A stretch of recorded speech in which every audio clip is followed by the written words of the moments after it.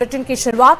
Iran पर किसी भी वक्त अमेरिका हमला कर सकता है। ट्रंप ने तो ये साफ कर दिया कि जब तक हम ईरान के परमाणु ठिकानों का सर्वनाश नहीं कर देंगे तब तक हम ईरान पर हमला नहीं रोकेंगे। दावों के अनुसार अमेरिकी सेंट्रल कमांड ट्रंप के आखिरी आदेश का इंतजार कर रहा है और इस बार अमेरिका और इजरायल की तरफ से डबल हमले ईरान पर होने जा रहे हैं।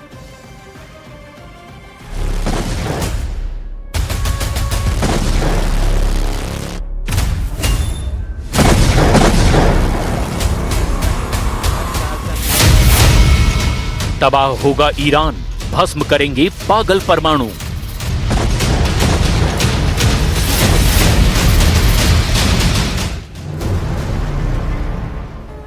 उनतालीस दिन की सीधी जंग में अमेरिका और इजराइल मिलकर ईरान को चारों खाने चित नहीं कर पाए हैं। बेशक ईरान पर तूफानी हमलों से भारी तबाही हुई है, लेकिन आज तक ईरान का 460 किलो संवर्धित यूरेनियम, उसके मिसाइल गोदाम और बंकर, यहां तक कि ईरान की लड़ाकू लीडरशिप को भी पूरी तरह से अमेरिका और ईरान मिलकर खत्म नहीं कर पाए हैं। ईरान की नई शर्तों से भन्नाए राष्ट्रपति ट्रंप ने दो टूक कह दिया है कि ईरान के नए शांति प्रस्ताव को पूरी तरह से ठुकराता हूं और अब ईरान पर आखिरी हमला होगा तो ईरान को पूरी तरह से खत्म कर देगा। ट्रंप ने यहां तक दावा किया कि हम ईरान जंग जीत चुके हैं, बस हमें ईरान के ताबूत में आखिरी कील लगानी है। हॉर्मुज में अमेरिका की प्रचंड नाकेबंदी ने भी ईरान को जंग के लिए मजबूर कर दिया है। ईरान के कमांडरों ने कहना शुरू कर दिया है कि अब ईरान अपने दुश्मनों पर उन हथियारों से हमला करेगा जिसके बारे में आज तक किसी ने भी नहीं सुना होगा। रिपोर्ट्स में दावा किया गया है कि ईरान के पास कुछ ऐसे सुपर हथियार हो सकते हैं जो राउंड 2 की जंग में अमेरिका और इजराइल के लिए नासूर बन सकते हैं। खबर तो यहां तक है कि ईरान फतह 2 हाइपरसोनिक मिसाइलों से हमला करने जा रहा है। इसके अलावा ईरान का सबसे एडवांस और घातक ड्रोन गाजा भी हमला करने के लिए तैयार है। इधर इस बार इजराइल के सैन्य अड्डों पर अमेरिकी हथियारों और सेना की जबरदस्त हलचल मची हुई है। दावा तो ये भी किया जा रहा है कि अमेरिका अब तक इजराइल में 1,15,000 टन से ज्यादा गोला बारूद और हथियार भेज चुका है। हाल ही में अमेरिका ने इजराइल में 6,500 टन गोला बारूद और हथियार भेजे हैं। अब सवाल ये उठता है कि ईरान पर हमला कब होगा? इसका जवाब ना तो ट्रंप दे रहे हैं और ना ही अमेरिकी सेना। हम आपको वो खबरें दिखाने जा रहे हैं जो अमेरिका और इजराइल के वॉर प्लान का सबसे प्राइम टारगेट हैं। पागल हैं ईरान के लीडर, नहीं बनाने देंगे परमाणु बम। किसी भी वक्त राष्ट्रपति ट्रंप ईरान पर हमले का बड़ा आदेश दे सकते हैं। दावा किया जा रहा है कि अमेरिकी सेंट्रल कमांड के commander in chief Brad Cooper ने ट्रंप को ईरान पर हमला करने के 3 विकल्प बताए हैं। दावा यह भी कि ट्रंप ने एक विकल्प को हरी झंडी भी दे दी है, लेकिन ईरान पर हमला कब होगा, कैसे होगा, कहां से होगा, इसे बेहद गोपनीय रखा गया है। ट्रंप ने अमेरिकी सेना को सख्त निर्देश दिए हैं कि किसी भी कीमत पर ईरान की परमाणु क्षमता को खत्म कर दो, उसका 460 किलो संवर्धित यूरेनियम छीनकर अमेरिका लाओ। और अब यही इस वक्त ट्रंप और नेतन्याहू का सबसे बड़ा मिशन बन चुका है। ईरान के मिसाइल हमलों से बौखलाए अमेरिका और इजराइल को इतना जरूर एहसास हो चुका है कि अगर ईरान की मिसाइल क्षमता इतनी खतरनाक है और अगर ऐसे हालात में ईरान ने 8 से 10 परमाणु बम बनाए तो ईरान सबसे पहले इजराइल का वजूद खत्म कर देगा। ईरान इसकी रत्ती भर परवाह नहीं करेगा कि ईरान के परमाणु हमला करने के बाद ईरान का क्या होगा।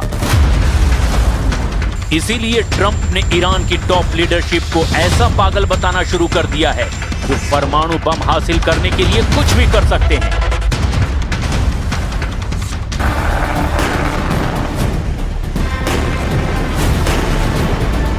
हाइपरसोनिक हमले को तैयार अमेरिका, हार्ट अटैक हमला करेगा ईरान।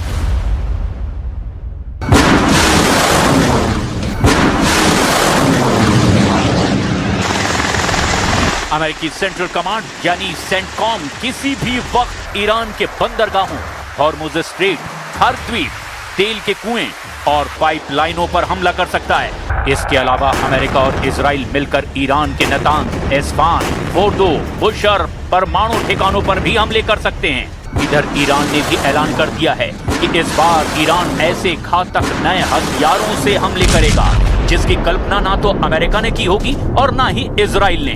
दावा तो यहां तक किया जा रहा है कि ईरान के पास लंबी दूरी की हाइपरसोनिक मिसाइलें 70% से ज्यादा बची हुई हैं। इधर खबर ये है कि अमेरिका भी अपनी डार्क ईगल हाइपरसोनिक मिसाइलों से ईरान में बड़े ठिकानों को निशाना बना सकता है। खबर है कि अमेरिका की डार्क ईगल 5 मैक की रफ्तार यानी लगभग 6100 किलोमीटर प्रति घंटे की रफ्तार से ईरान पर हमला कर सकती है। वहीं दूसरी तरफ ईरान की नेवी कमांडर ने ऐसा दावा किया है जिसे सुनकर ट्रंप और नेतन्याहू भी बेहद तनाव में आ गए हैं। ईरान की सरकारी मीडिया में ईरानी नेवी के commander rear admiral Shahram Irani ने जो कहा उसे सुनकर आप भी हैरान रह जाएंगे। ईरान ने अमेरिका और इजराइल के खिलाफ नए हथियार का इस्तेमाल करने की धमकी दी है। ईरान ने कहा है कि उसका ये हथियार दुश्मन के खेमे में खलबली मचा देगा। ईरान ने ये हथियार निकालने की धमकी ऐसे वक्त में दी है जब अमेरिकी राष्ट्रपति डोनाल्ड ट्रंप ने उनके समझौते के प्रस्ताव को ठुकरा दिया है। ट्रंप ने ईरानी प्रपोजल को ठुकराते हुए कहा कि हॉर्मुज स्ट्रेट के आसपास अमेरिकी नेवी की नाकाबंदी जारी रहेगी। ईरान के सरकारी मीडिया ने नेवी के commander rear admiral Shahram Irani का बयान जारी किया है। बयान में शाहराम ने कहा कि इस्लामिक गणराज्य ईरान के एक ऐसे हथियार का सामना अब दुश्मन की सेना को करना पड़ेगा जिससे वो बहुत ज्यादा डरते हैं। ये हथियार दुश्मनों के एकदम करीब है। मुझे डर है कि उनके नेताओं को हार्ट अटैक आ सकता है। ईरान की इस नई धमकी से फिर से लड़ाई छिड़ने का अंदेशा पैदा हो गया है। ईरानी नेवी के कमांडर ने एक बयान में कहा कि उनकी ओर से अमेरिकी विमान वाहक पोत अब्राहम लिंकन पर हमले किए गए हैं। इसमें कम से कम 7 मिसाइल ऑपरेशन किए गए हैं।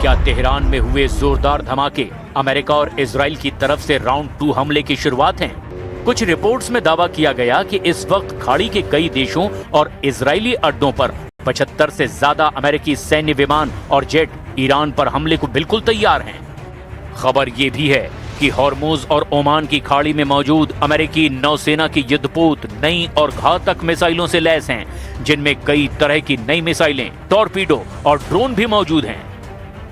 हम आपको बताते हैं कि इस वक्त ट्रंप आखिर कह क्या रहे हैं, इजराइल दावा क्या कर रहा है और ईरान किस तरह से पलटवार की धमकी दे रहा है। राउंड 2 हमले को तैयार अमेरिका, पहला टारगेट जनरल वहीदी। अमेरिकी सेना ईरान के खिलाफ नए सैन्य हमले की योजना तैयार कर चुकी है।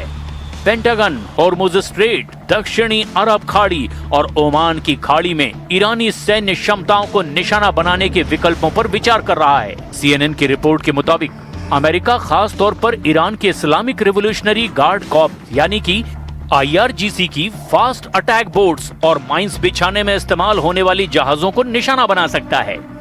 ईरान की नूर न्यूज और मेहर न्यूज एजेंसी ने बताया कि तेहरान के कुछ हिस्सों में हवाई रक्षा बैटरियां सक्रिय कर दी गई है। हालांकि उन्होंने इसके कारणों के बारे में साफ तौर पर कुछ नहीं बताया और ना ही किसी घटना की जानकारी दी। इधर दूसरी तरफ इजराइल के रक्षा मंत्री इजराइल काट्स का कहना है कि इजराइल ईरान के खिलाफ युद्ध फिर से शुरू करने के लिए तैयार है। उन्होंने ये भी कह दिया कि उनका देश अमेरिका से उस देश को पाषाण युग में लौटाने के लिए हरी झंडी का इंतजार कर रहा है। काट्स ने एक वीडियो बयान में कहा, इजरायली सेना रक्षात्मक और आक्रामक दोनों ही तरह से पूरी तरह तैयार है और लक्ष्यों को चिन्हित भी कर लिया गया है। काट्स ने यह भी धमकी दी कि जब हमला फिर से शुरू होगा तो ये अलग और जानलेवा होगा। ערוכה לחידוש המלחמה מול איראן. צה"ל ערוך בהגנה ובהתקפה ומטרות מסומנות. ממתינים לאור ירוק מארצות הברית, בראש ובראשונה כדי להשלים את חיסול שושלת חמינאי, יוזם תוכנית ההשמדה נגד ישראל, ואת מחליפי המחליפים של מנהיגות משטר הטרור האיראני. ובנוסף, להחזיר את איראן לעידן החושך והאבן, על ידי פיצוץ מתקני האנרגיה והחשמל המרכזיים וריסוק התשתיות הלאומיות הכלכליות. कुछ रिपोर्ट्स में यह भी कहा गया कि अमेरिका उन ईरानी सैन्य नेताओं को निशाना बनाने पर विचार कर रहा है जिन्हें वो स्थायी शांति वार्ता में बाधा मानता है। खबर है कि अमेरिका सबसे पहले ईरान में सत्ता का केंद्र बने मेजर जनरल अहमद वहीदी को मारना चाहता है ताकि वार्ता की एक बड़ी रुकावट को दूर किया जा सके। अमेरिका का ये भी कहना है कि अगर जरूरत पड़ी तो ईरान के मिसाइल भंडार और लॉन्चरों पर दोबारा हमला हो सकता है।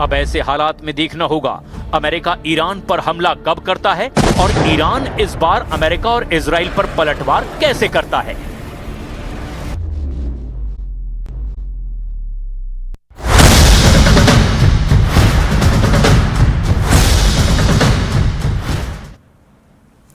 इजराइल ने लेबनान पर भयानक बमबारी कर 10 हिजबुल्लाह लड़ाकों को मार डाला। लेबनान पर इजरायली हमले से भड़के तुर्की ने धमकी दी है कि नेतन्याहू युद्ध समझौता नहीं चाहते। और इतना ही नहीं, तुर्की नेवी ने इजराइल के खिलाफ सबसे बड़े एयरक्राफ्ट करियर को जल्द से जल्द बनाने का ऐलान कर दिया।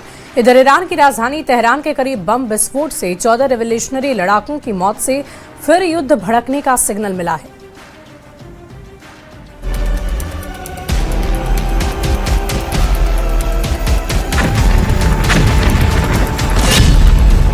ईरान में फिर से बम फटा है।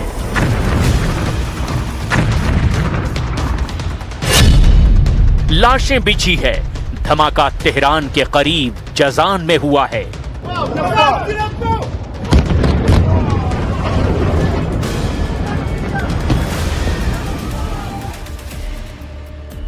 बम विस्फोट में 14 रिवोल्यूशनरी लड़ाकों के चीथड़े उड़ गए। ईरान के सुरक्षा प्रतिष्ठान की करीबी बताई जाने वाली नूर न्यूज वेबसाइट के मुताबिक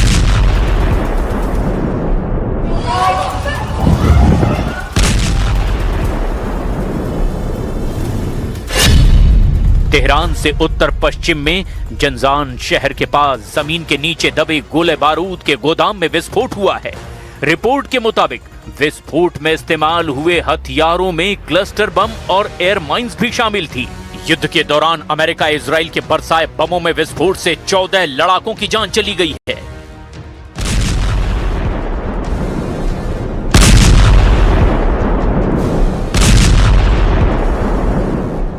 इससे भड़के ईरान ने अमेरिका इजराइल से बदला लेने की धमकी दे दी है। ईरानी सेना के डिप्टी अधिकारी मोहम्मद जाफर आसादी ने ऐलान कर दिया कि अमेरिका जैसे धोखेबाज से समझौता नहीं किया जा सकता। ईरान के विदेश मंत्रालय ने भी ट्रंप पर भरोसा करने से साफ इनकार कर दिया है।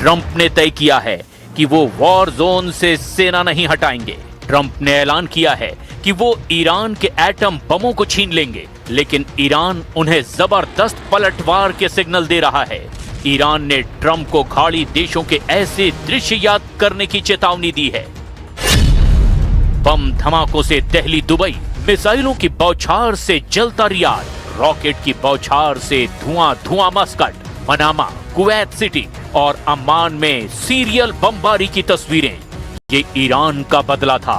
ट्रंप नेतन्याहू को ईरान ने खाड़ी के फ्रंट पर बुरा फंसाया था।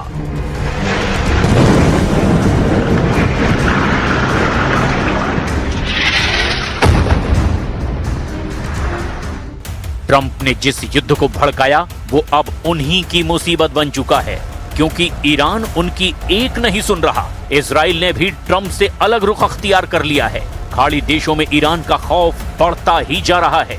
खुद ट्रंप ने कई देशों को अलर्ट किया है कि ईरान के एटमी हथियार कितने खतरनाक हैं। ट्रंप ने कहा कि ईरान परमाणु हथियारों से दुश्मनों को दहलाने की जुर्रत करता है तो उससे पहले ही ईरानी सेनाओं को बर्बाद कर दिया जाएगा।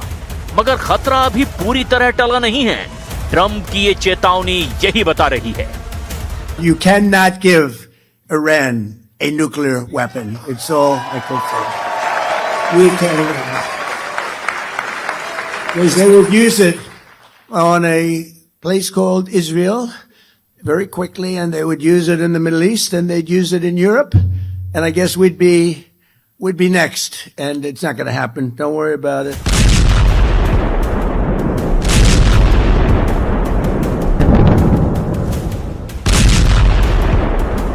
ट्रंप ने ईरान से ऐसे देशों को भी अलर्ट कर दिया है जिन्होंने अब तक युद्ध में उनका साथ तक नहीं दिया, लेकिन ईरान का टोटल फोकस पड़ोसी देशों पर है। वॉल स्ट्रीट जर्नल ने गुरुवार को अपनी रिपोर्ट में इस बारे में विस्तार से जानकारी दी है। ईरान के इस कदम को यूएई और उसके पड़ोसी देशों के बीच फूट डालने की कोशिश के तौर पर भी देखा जा रहा है, खास तौर पर जब यूएई का सऊदी अरब से हाल के दिनों में तनाव और बढ़ गया है। रिपोर्ट के मुताबिक एक बातचीत के दौरान ईरानी अधिकारियों ने कथित तौर पर अपने सऊदी समीक्षकों से कहा कि उनकी योजना अमीरातियों को कुचलने की है। तेहरान ने बातचीत में विशेष रूप से रियाद और अबू धाबी के बीच दरार का जिक्र किया।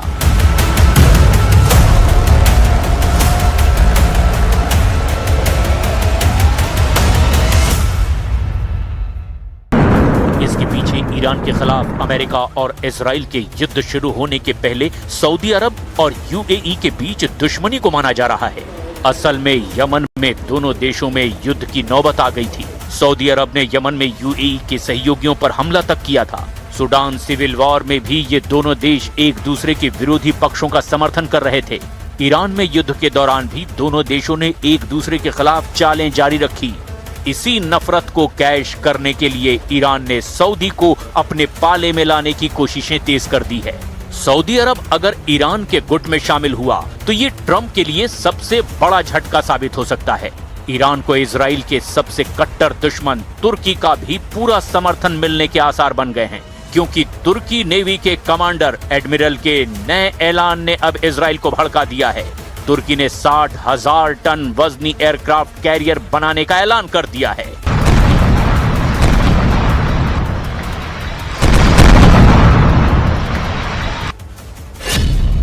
इजराइल से युद्ध के माहौल के बीच तुर्की ने मुगेम एयरक्राफ्ट कैरियर को तेजी से बनाने के आदेश दिए हैं।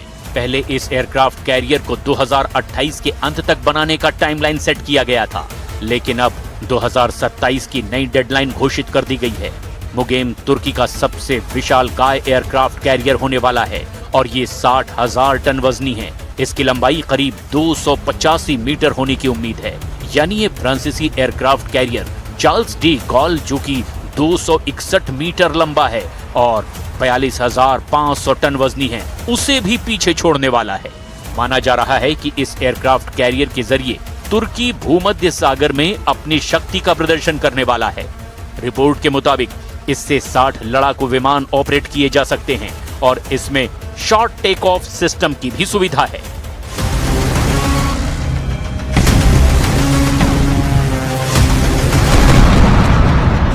एर्दोआन के नए एयरक्राफ्ट कैरियर ने इजराइल की टेंशन बढ़ा दी है। इजराइल और तुर्की में आग उगलने वाली बयानबाजी पहले ही चल रही है। ईरान के पूर्व प्रधानमंत्री नेफ्ताली बेनेट तुर्की को अगला ईरान बता चुके हैं। तुर्की के राष्ट्रपति इस खतरे को सीरिया युद्ध के समय से बार बार दोहराते रहे हैं। एर्दोआन गाजा से लेकर लेबनान तक इजराइल के हमलों का विरोध जताते रहा। एर्दोआन बार बार ये आरोप लगाते रहे कि खाड़ी के सभी युद्ध भड़काने का जिम्मेदार इजराइल है। इजराइल के दबदबे को कम करने के लिए अब तुर्की नेटो फोर्स से भी मदद की उम्मीद लगाए हुए है। हाल ही में एर्दोआन ने नेटो चीफ मार्क रूटे से भी मीटिंग की। एर्दोआन नेटो से एयर डिफेंस की गारंटी चाहते हैं। जैसे ईरान युद्ध के वक्त नेटो फोर्स ने उनकी मदद की थी, वैसे ही इजराइल के हमलों से बचने का कवच बनाने की भी कोशिशें जारी है। तुर्की नेटो सदस्य देश है, जहां अमेरिका के सैन्य अड्डे हैं, हथियार और सैनिकों की तैनाती है। अमेरिका ने तुर्की में अपने एटम बमों को भी तैनात कर रखा है। हालांकि इजराइल से तुर्की के युद्ध में अमेरिका किस तरफ होगा बताने की जरूरत नहीं है। सुपर पावर ने ईरान को सिर्फ इसीलिए तबाह कर दिया क्योंकि वो इजराइल के लिए खतरा है। ऐसे में तुर्की का क्या हश्र होगा ये समझना मुश्किल नहीं है, लेकिन तुर्की के स्वयंभू खलीफा का ऑटोमन ड्रीम युद्ध की वजह बन सकता है।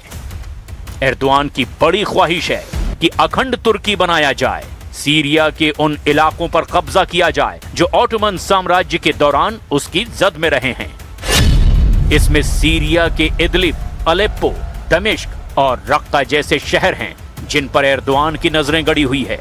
ये चारों शहर इस वक्त एर्दोआन के एजेंडे में हैं और लगता है कि सीरिया के इन शहरों के लिए तुर्की अब इजराइल के खिलाफ फिलिस्तीन वाला मोर्चा भी बंद करने के लिए तैयार है। क्या एर्दोआन का ये रवैया फिलिस्तीन के सबसे बड़े समर्थक ईरान और सीरिया के बीच युद्ध करा सकता है? क्या ये युद्ध वर्ल्ड वॉर में तब्दील हो सकता है? ये सवाल बार बार खड़े हो रहे हैं। तुर्की की नीयत साफ नहीं है, ये बात ईरान बहुत अच्छी तरह से जानता है। एर्दोआन अपनी पार्टी के एक सम्मेलन में ये कह भी चुके हैं कि पहले विश्व युद्ध के बाद अगर अलग तरीके से सीमांकन होता तो अलेप्पो, दमिश्क, इदलिब और रक्का तुर्की में होते। पहले विश्व युद्ध में ऑटोमन साम्राज्य का नक्शा देखिए। पूरा लेबनान, फिलिस्तीन, सीरिया और इराक का बड़ा हिस्सा, यहां तक कि पश्चिमी और पूर्वी सऊदी अरब तक ऑटोमन एम्पायर फैला हुआ था। इसीलिए मैप देखकर एर्दोआन की कसक रह रहकर बाहर आती है, जबकि ये नक्शा देखकर के सऊदी अरब भी चौकन्ना हो गया है। बशर अल असद की सरकार के तख्ता पलट के बाद सीरिया में तुर्की का दबदबा कायम हुआ। इसके बाद इजराइल ने भी सीरिया में घुसकर अहम फ्रंट पर कब्जा कर लिया। सीरिया में सबसे ऊंचे शेख के पहाड़ पर इजराइल की सेना तैनात है। तुर्की इसका खुलकर विरोध करता है, लेकिन इजराइल के आगे तुर्की की कोई चाल कामयाब नहीं हो रही। जाहिर है तुर्की बदले की फिराक में है। ईरान ने अगर दूसरे राउंड में युद्ध में बढ़त बनाई तो तुर्की इजराइल को दहलाने का मौका हाथ से जाने नहीं देगा। लेकिन इजराइल से दुश्मनी कितनी कीमती है तुर्की इसे भी जानता है। इजराइल दुश्मन देशों को तब तक मारता है जब तक वो मटिया मेट ना हो जाए। गाजा इसका सबूत है। लेबनान के खंडहर इजराइल के क्रोध को बयां करते हैं। इजराइल की मार से सीरिया के विद्रोही लड़ाके बेदम हो चुके हैं। लेकिन तुर्की और इजराइल की टक्कर में गेम चेंजर सुपर पावर ही बनेगा। अमेरिका का रुख ही एर्दोआन की किस्मत तय करेगा।